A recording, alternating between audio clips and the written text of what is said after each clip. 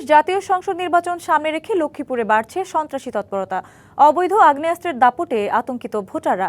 গত ৩ মাসে ঘটেছে ৩টি রাজনৈতিক হত্যাকাণ্ডের ঘটনা। সম্প্রতি অস্ত্র তৈরির একটি কারখানা উদ্ধার হলেও স্থানীয়দের অভিযোগ মাঠ পর্যায়ে এখনও রয়ে গেছে বিপুল অস্ত্র, এমনটি বলছেন তারা। উদ্বেগ প্রকাশ করেছেন প্রার্থীরাও। প্রশাসন বলছে অস্ত্রধারী সন্ত্রাসী কয়েকজনকে গ্রেপ্তার করা হয়েছে, উদ্ধার হচ্ছে অস্ত্র, অব্যাহত থাকবে এমন অভিযান। এ নিয়ে আরও জানাতে পিরোজপুর থেকে যুক্ত হচ্ছেন সহকর্মী সুমন উদ্দিন শুভ। সুমন, শস্ত্র উদ্ধারে প্রশাসনের তৎপরতা কেমন দেখছেন জানাবেন। সারা দেশের নাই লক্ষ্মীপুরেও 12 ফেব্রুয়ারি জাতীয় নির্বাচনকে সামনে রেখে উৎসবের আমেজ বিরাজ করছে।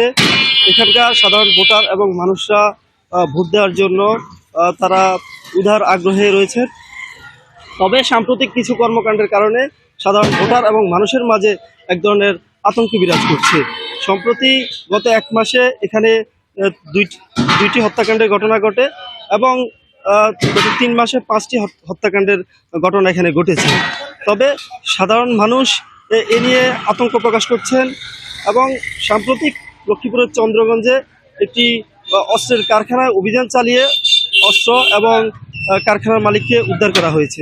তবে অস্ত্রসহ কারখানার মালিককে উদ্ধার করা হলেও তার কাছ থেকে সন্ত্রাসী বাহিনী অথবা যারা এই অবৈধ অস্ত্রগুলো নিয়ে ব্যবহার করছেন অথবা যাদের কাছে রয়েছে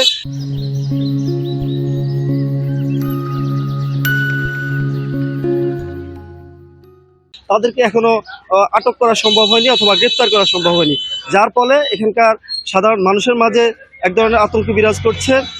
এছাড়াও আমরা প্রশাসনের সাথে কথা বলেছি, তারা আইন শৃঙ্খলা পরিস্থিতি বাড়ানোর জন্য আইন শৃঙ্খলা তারা জোরদার করেছেন এবং সন্ত্রাসী বাহিনী দমনে এবং সন্ত্রাসীদের গ্রেপ্তারে তারা তৎপর রয়েছেন।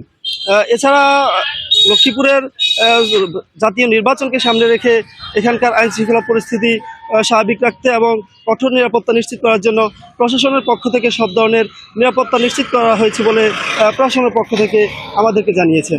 তবে সব কিছু মিলিয়ে সাধারণ মানুষরা চাচ্ছেন ত্রয়োদশ জাতীয় সংসদ নির্বাচনে তারা নির্বিঘ্নে সুস্থভাবে যাতে তারা ভোট কেন্দ্রে যেতে পারেন এবং ভোট দিতে পারেন, এমনটাই প্রত্যাশা করছেন এখানকার সাধারণ মানুষ এবং ভোটাররা। সুমন, ধন্যবাদ আপনাকে।